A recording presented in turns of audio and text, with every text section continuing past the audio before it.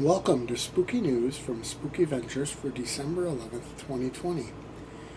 The year is drawing ever closer to the end, and given the year most of us have had, that's probably a good thing. This is going to be my final Spooky News segment for 2020. That's because I'm not doing them every week these days, and 2 weeks from today is Christmas Day.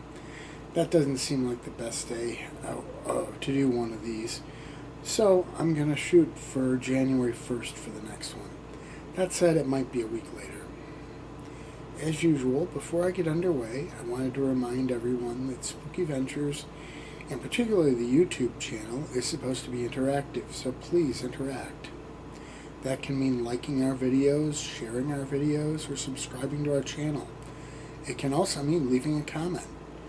If there's something you would like to see us cover, get in touch. We do take requests.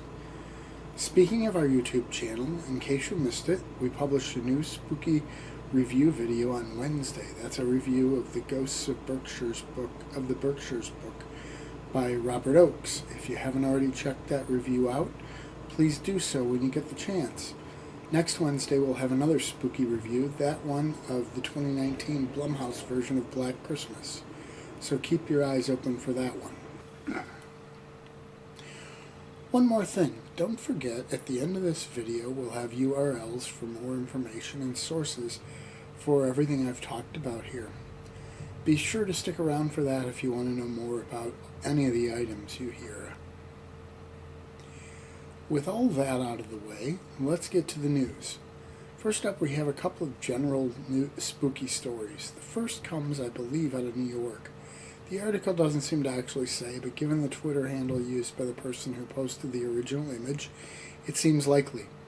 That person shared a photo of the basement wall of her sister's new house, and it has a doll head embedded in the wall. While it's a spooky image, I'm sure it has a pretty simple explanation. My bet is someone put it there as a gag while the concrete was setting. It definitely does make for a spooky picture, though.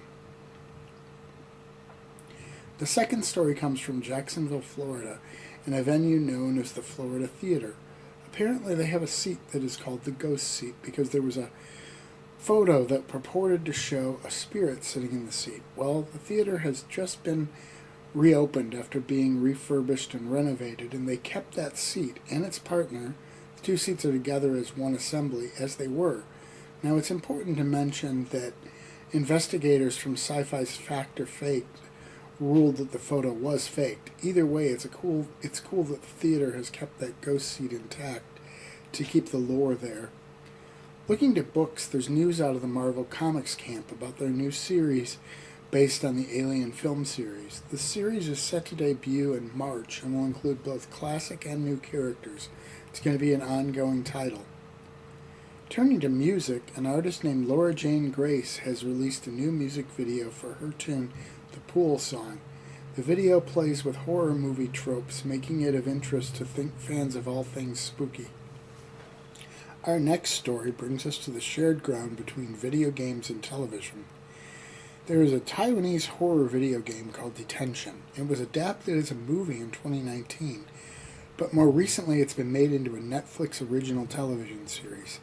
The show has debuted on the streaming channel, so you can check it out now. Another news story from the world of television centers on the show Fear the Walking Dead on AMC. Fans of that show should be happy to know that it's been renewed for a 7th season on the network.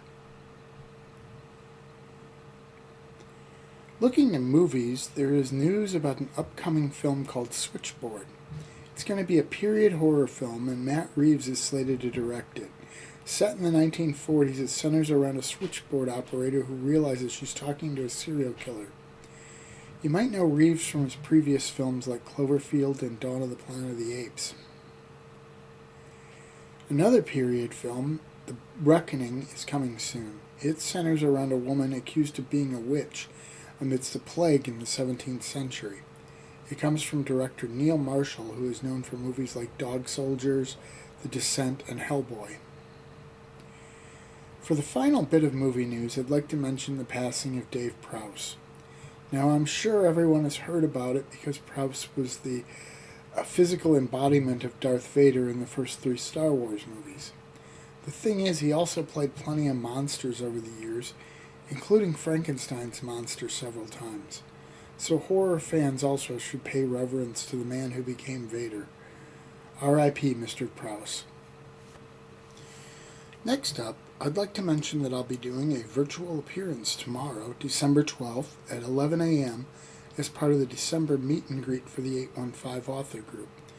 You can tune in to watch at that time or watch the video later. You'll find it on the 815 author group page on Facebook. I'll be doing my part to revive the Victorian tradition of spooky stories for Christmas by reading something from Spooky Rockford 2. Before I sign off for this edition, I'd like to direct your attention to our spooky calendar. If you go to the main page at spookyventures.com and scroll down, you'll see a link to our calendar. We have important dates for those who like spooky stuff posted on that calendar. You'll see that next Friday the 18th, we'll see the release of the movie Hunter x Hunter. You'll also find Rod Serling's birthday listed, which is the following Friday, or Christmas Day. Well, that's all for this time. For those who celebrate, Merry Christmas, Happy Holidays to everyone else. Stay safe, stay healthy, and always remember to keep it spooky.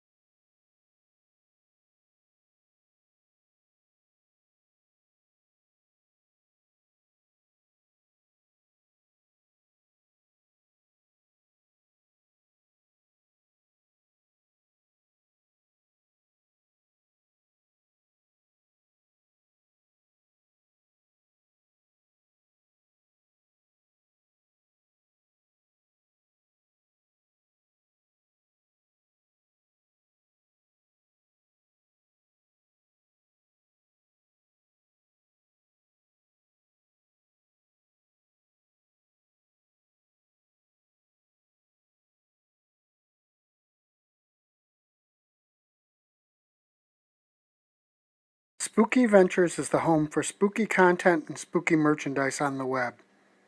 Check it out today at spookyventures.com. And remember, always keep it spooky.